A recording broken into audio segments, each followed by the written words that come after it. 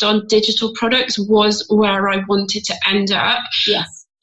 What I've learned is that I think you really need to do one-to-one work to really get to know your clientele properly before you can create like digital products like the membership site I've just described to you, that solves everybody's problems. Does that make sense? So I needed to have that exposure. So I did.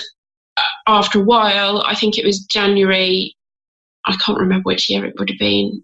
It would have been January 2016. I got my first one-to-one client, and it started building from there. And after I published the proper version of the book, I got a huge influx of clients because of the publicity around that book as well.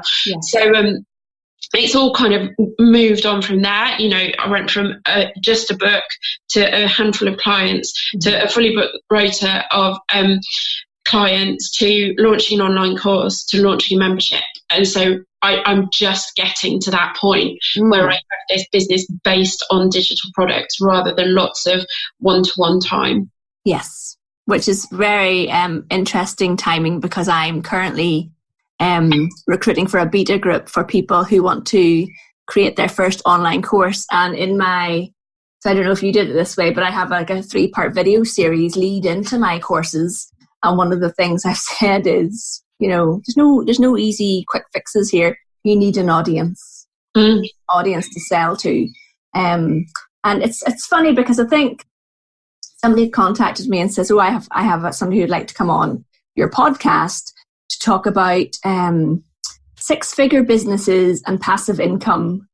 And I gave a polite reply, but I don't go down that route online. I don't believe in passive income, and I don't believe in this idea of the 6-figure business that seems to be touted a lot online. Like, what do you think of that, Lucy?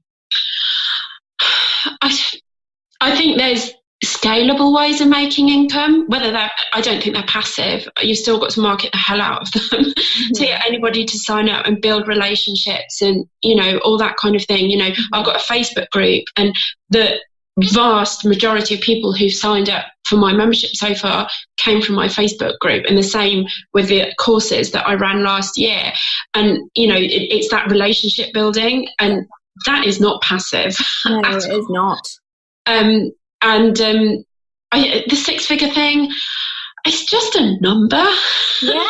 It's totally arbitrary. It's like, what's the big deal with New Year's resolutions on the 1st of January? Every Monday is a new beginning. Every hour is a new beginning. Yeah. It's a number, and it's an indicator of the scale of your business. But I think what really matters more is if it earns you the money to live the life that you want to lead. And, that's really what I'm aiming for. I love that. That's the bit I'm going to clip for my headliner.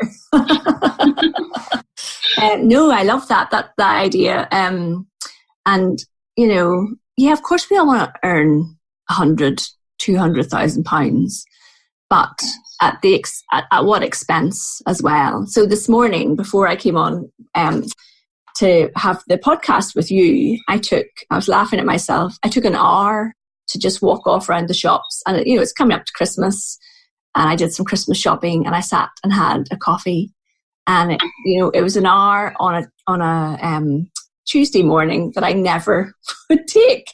And I was just sitting having my coffee thinking, well, this is why I work for myself. Yes.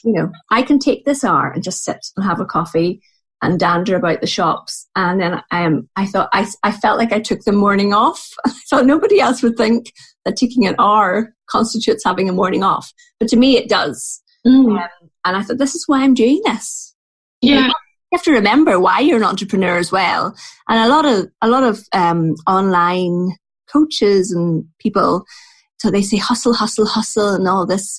And when I started out, I certainly did. I did work evenings and weekends, and I do check in. Like, I'm not going to lie, I do check in on my business at the weekends, but that's because I'm kind of obsessed by it. Yeah. And you love it. Yeah I love it. It's completely different to working for somebody else where you have to do it. But just, deciding, actually, do you know what, today I'm going to go and take the dog for a really big long walk, and I can do that because I'm working for myself. Yeah. And I've found, over the time I've been running the business, I've had quite a lot of kind of problems with migraines, a lot of headaches. My energy levels have been quite difficult to manage and things. And I'd have been sacked by now. I worked for somebody else. I couldn't have been a teacher in a school and constantly saying, oh my God, I've got to go home, I've got another migraine.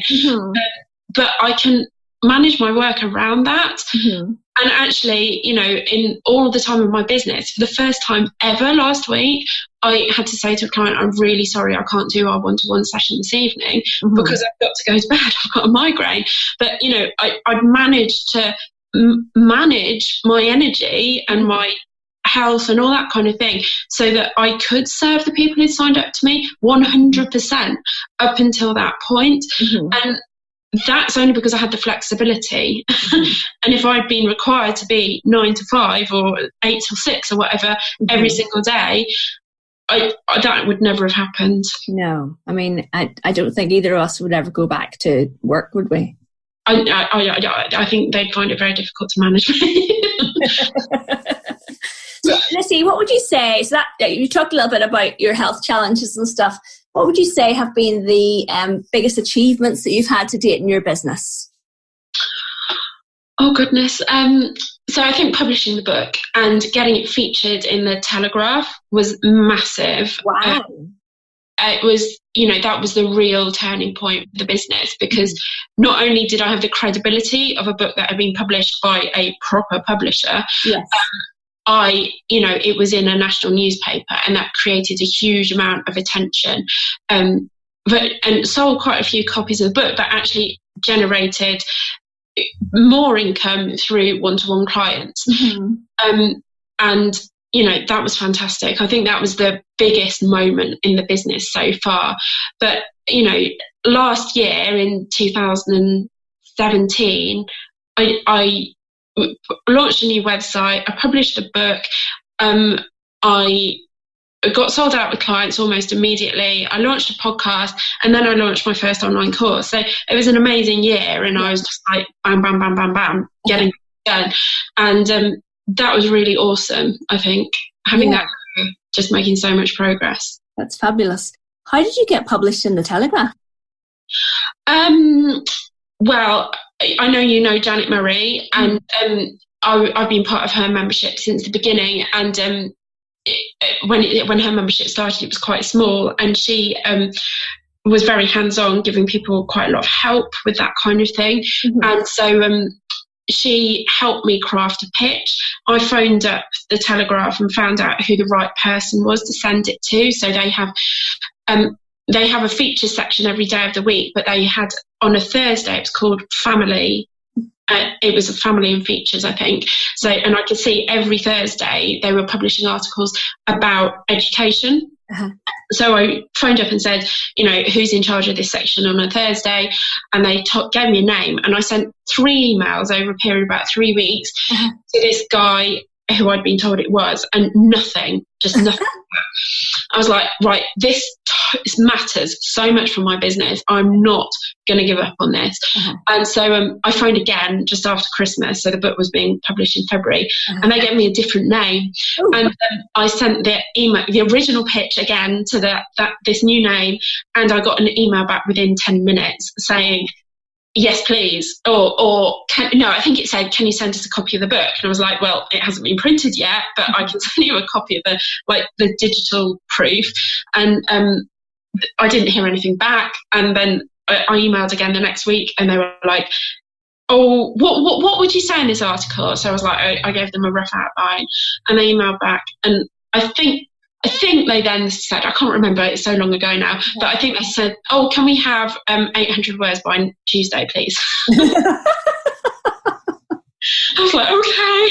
Well, that was no bother to you. You wrote a book in 8 days. Yeah, I know, but it's a bit different. I don't know. It's a different style of writing. No, of course it is. And I hadn't written for a national newspaper before, so it was like really upping the stakes. I could have published a book and nobody bought it. Yeah. but actually writing for a national newspaper, you know that people are going to see it. And people stumbled across it. Like, I got an amazing message the following day, the day after it was published, from one of my geography A-level teachers.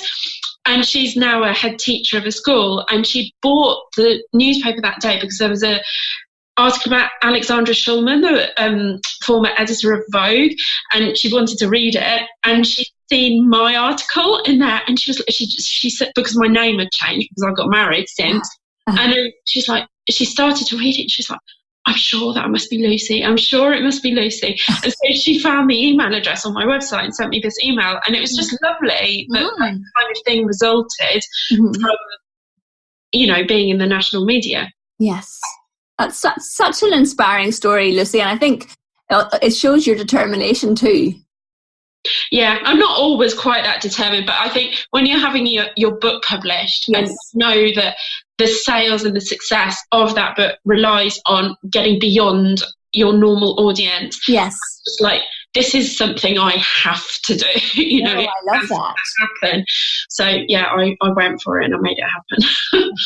So whenever I get around to actually writing my book, because I do definitely have a book in me, I'm going to come back to you for tips. That's brilliant. No, I'm really inspired by that story, Lucy. Tell me a little bit more about your membership, because I launched my membership in January of this year, and it's like, I was at the Youpreneur conference in London recently, and everybody was saying, "Oh, I'm going to launch a membership," and it seems to be something. Lots of people are also talking about launching podcasts, and it's really hard work. I find the membership. I love my membership. I mean, I don't mean it's hard work running it. It's hard work getting people into it, I find. Yes. Yeah, well, I only launched mine in September, so it's still early days. I've got a pretty good conversion rate at the launch, but I'm looking at scaling now. I think people are worried, and this is a concern that I've had as well. Two concerns really. I think a lot of people in my audience are worried about whether they can get out of it. So they're worried about making that long-term commitment. And a lot of the people in my audience as well, they already paying for private tutors for their children. And they're like, this is just another expense on the top of that. That's a concern that I need to address. But the other thing I get really worried about with memberships is how much time it's going to take. And, I'm a member of at least 2 at the moment. And it's just like, it's like you're making another commitment to something, isn't it? Yeah. And you have to be really sure that it's going to deliver for you. And I think the other thing I'm always looking for with memberships is, how time efficient is this going to be for me? Is it going to take lots and lots of my time, or are they going to give me the information that I need in bite-sized chunks so that I can go away and implement it? That to me, that is key. So when I started, some of my training would have been like, I did a whole topic in one recording, and then I learned that actually people much prefer to come in, and if they want to do so mine is all about online marketing. So if they want to come in and see how to set up a landing page for email marketing, they want to just watch that 10-minute video and get it done, and then they're away. And that's people. That is the reason people leave, is they say, "Well, I haven't got time to fit this in." But if you can make it work in that, the training is in short bursts. And the other thing that I realized, I don't know if you do this, but after about 6 months, I realized if I brought in a guest expert every month, and so I do my training and I do my monthly group coaching call, but I'm also now bringing in an external expert once a month, and people love that. Yeah, I'm starting to do that. So I've done the thing with bite-sized videos, because I hate watching videos, and it's like my worst kind of form of content consumption. I love podcasts and I love reading things, but videos, like, it takes me 10 seconds for my attention to wander. So in my membership, I've made the videos really short, and a lot of them are only 2 minutes long. And that's catering for the teenagers as well, because they've got short attention spans. But I'm doing something similar with experts. Like, I've got that kind of core content, the 10 modules, which I've just finished creating last week. And then I run things like I'd call it a revision Kickstarter session, which is like a 2-hour online workshop, which is really practical. It's more about accountability than me sitting there talking at them for 2 hours. But